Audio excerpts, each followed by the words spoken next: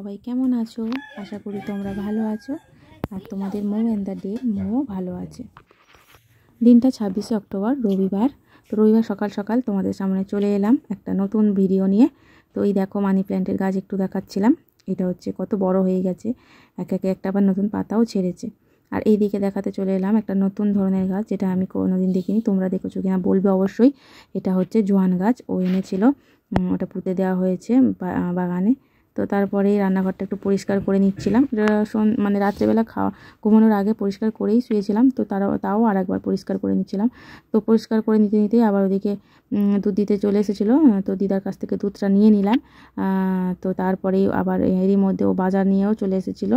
তো বাজারগুলো দেখাচ্ছিলাম, কী বাজার এনেছে, অনেক কিছুই এনেছে। তার মধ্যে আবার মাছগুলো দেখাচ্ছিলাম, যে দুটো বড় বড় রুই মাছ এনেছে, পমফ্লেট মাছ এনেছে, আর এনেছে 1 কিলো নিয়েরে মাছ, যেটা লোটে মাছ বলে। তো এইগুলো দেখাচ্ছিলাম। আর বাজারের ওই ব্যাগটা তো দেখাচ্ছিলাম, যে 50 টাকা দিয়ে, ওই প্রথমেই দেখলে যে তেঁতুলগুলো 50 টাকা দিয়ে তেঁতুল কিনে এনেছে। আর এই সব জিনিস না, মানে যেগুলো প্রকৃতিতে বিনামূল্যে পাওয়া যায়, কোনো মূল্যই দিতে হয় না, হাত বাড়ালেই যেটা নাগালের মধ্যে থাকে, সেই জিনিসগুলো যদি বাজার থেকে দাম দিয়ে কিনে আনে, সত্যিই একটু আমাদের মতন মধ্যবিত্ত গৃহবধূদের গায়ে লাগে। তো কী আর করা যাবে, এনেছে আর ফেলে দেবো, দেখি কী করতে পারি। আর এই দেখো দেখাচ্ছিলাম কচুরলতি কিনে এনেছে, যেটা আমাদের প্রথমে এনেছে। আর এই দেখো ঝিঙে, উচ্ছে, ব্যাগে আছে লেবু আর কুমড়ো, এদিকে বটবটি, এগুলো সব, ঢেঁড়স, আর এনেছে এই দেখো কলাটা এনেছে, সোনা খায় তো তার জন্য। আর লঙ্কা এনেছে, শশা এনেছে, তো মোটামুটি। আর ওদিকে কদবেল এনেছে, বেগুন এনেছে, কাঁচা কলা এনেছে। তো অনেক কিছু এনেছে। এগুলোই মোটামুটি আমাদের 2 সপ্তাহ হয়ে যাবে। আর এদিকে আমি ওকে জিজ্ঞাসা করলাম যে ও টিফিন খাবে কিনা, কিন্তু ও বাজার থেকে খেয়ে এসেছে। তো তার জন্য আমি আর কি করব, একা একাই খেয়ে নিচ্ছিলাম। আগের দিনে ঘুগনি করেছিলাম কাশির চর্বি দিয়ে, তো সেই একটু বেঁচেছিল, আর একটা রুটি বেঁচেছিল। তো ওই দিয়েই আমি টিফিন করে নিলাম। তারপরে অনেকটা মাছ তো, তাই কাটতে সময় লাগবে, তো তাই জন্যই বটিটা পেতেই আর কি খেয়ে নিলাম। খেয়ে নিয়ে আর তারপরে মাছটা কাটতে বসলাম। সোনারও খাইয়ে দিয়েছিলাম, ওর পাপা বাজার থেকে আসতে আসতে, তো খাইয়ে দিয়েছিলাম। আর তারপরে ভাতটা চাপিয়ে দিয়েছি ওইদিকে, হিটারে দেখতে পাচ্ছ, ওই হিটারে ভাত ওটা হচ্ছে। আর সোনার পাপাও যেহেতু খেয়ে এসেছে, তো সবার খাওয়া দাওয়ার মানে সকালের টিফিনটা সবার হয়ে গেল। তো তার জন্য আর কি করব, এবার মাছ নিয়ে বসে পড়লাম। অনেকটা মাছ, তো সব যদি ফ্রিজে রেখে দিই, ওই শুদ্ধ না, মাছগুলো আর পাওয়া যায় না, কেমন হয়ে যায়। তো ভাবলাম আজকের যেহেতু আমার সোনার খাওয়ানো কমপ্লিট, তো একটু হাতে সময় আছে, তো চানটা আমি এই মাছটা কেটেই করব। তো ওই জন্যই সবটা নিয়ে বসে পড়লাম। পরিষ্কার করে ফ্রিজে ঢোকালে না মাছটা ভালো থাকে, তো তার জন্য আর কি মাছটা কাটতে বসে গেলাম। তো বড় বড় রুই মাছ এনেছে, ওইটা হচ্ছে আমি আর সোনা খাবো। সোনার পাপা ওইসব খায় না, মানে পুকুরের মাছও খেতেই চায় না, ওই নদীর মাছ একটু পছন্দ করে। তো ওই করে দেবো হচ্ছে, ঝাল করে দেবো নিয়েরে মাছে। আর পমফ্লেট মাছটা কেটে পরিষ্কার করে ফ্রিজে রেখে দেবো। আর রুই মাছটা দিয়ে একটু ফুলকপি দেখি কী ঝোল করতে পারি, তো সেই ঝোল করব ওই মাছটা দিয়ে। এই হচ্ছে আজকের আমাদের লাঞ্চ মেনু। তো চলো দেখতে থাকো ভিডিওটা। আর সোনা দেখো না, এক্ষুনি চলে আসবে, এসে কি শুধু বলে শোনো তোমরা।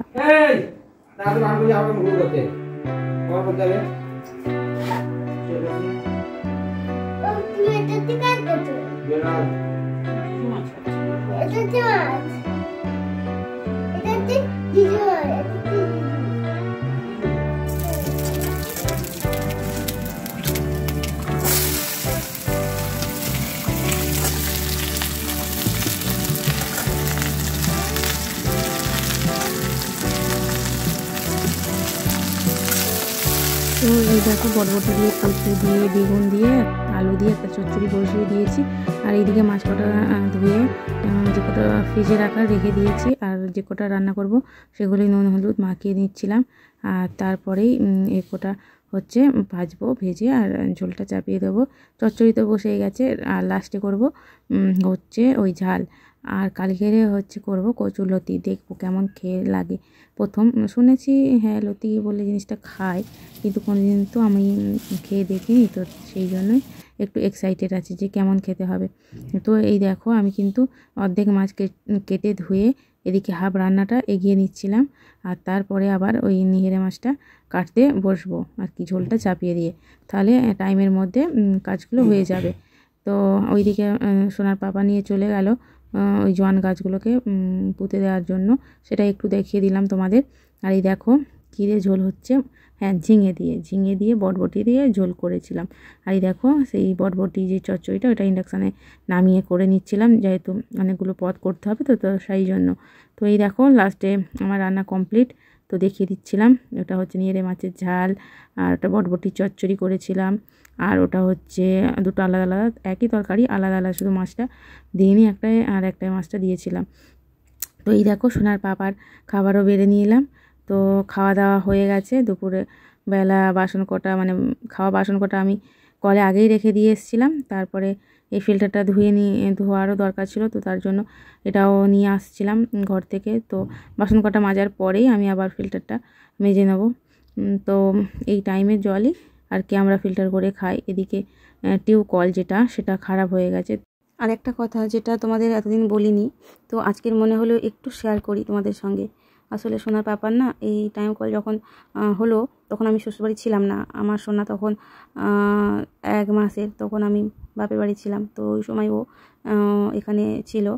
তো টাইম কলের জলটা যখন কেউ খায়নি, নতুন পুঁতে গেছে তো কলটা, তো তখন না ও খেয়ে ফেলেছিল জলটা, ওস্তাদি করে খেয়েছিল। খাওয়ার পরেই জলের সঙ্গে অনেক রকম হয়তো অপ্রয়োজন মানে কি বলে ওটাকে, যে কি বলে ওগুলোকে, জার্মস, জলের সঙ্গে অনেক জার্মস ছিল, যেগুলো ওর শরীরকে পুরোপুরি ড্যামেজ করে দিয়েছিল একেবারে। তো মানে একে একে অনেক রকম রোগের সিমটম দেখা দিচ্ছিল। তো তারপরে রক্ত পরীক্ষা করা হতে দেখা গেল যে একটা ভয়ঙ্কর রোগ ওর হয়েছে, যেটার নাম শুনলে না মানে মানে মানুষ পর্যন্ত কেঁপে ওঠে, যেই রোগটা। তো যাই হোক, আর একটা কথা কি বলো তো, আমি মানি যে এই জলের দোহাই দিচ্ছি, যে জলের কথাটা বলছি, এটা নিছকই একটা মানে ওপর চাপটা আস্তরণ এটা। আর ভিতরের আস্তরণে কি আছে বলো তো, এটা আমার কপালে লেখা ছিল আমার এরকম হয়েছে, আর সেটাকে আমি কাটিয়ে উঠেছি, এটাকে আমি কাটিয়ে উঠতে পেরেছি। এতে ভগবানের অনেক করুণা, অনেক দয়া, তা না হলে এটা হতো না। তো সোনার পাপাকে খুব ভালোবাসে, আর এই ভালোবাসাটা আজীবন যেন থাকে, এই কামনাই করি ভগবানের কাছে। তো চলো, আজ অনেক কথা। শুভ সন্ধ্যা বন্ধুরা, দেখো আমি রুটি করে নিচ্ছিলাম সোনার জন্য। আর এই দেখো খিচুড়ির প্রসাদ, ও পাড়ায় ঠাকুর বিসর্জন হয়েছিল, রিমির মা একটু এনে দিল, তো সেইটুকুনিও খাবো রাতে। আর এই দেখো ভাত ডাল সিদ্ধ দিয়ে দিয়েছি হাঁড়িতে, আর আলু ভাজবো, ব্যাস এই আজকের রাতের ডিনার। তো চলো বন্ধুরা, সবাই ভালো থেকো, সুস্থ থেকো। আমিও এখন বিদায় নিচ্ছি তোমাদের থেকে। গুড নাইট, টাটা, আবার দেখা হবে নতুন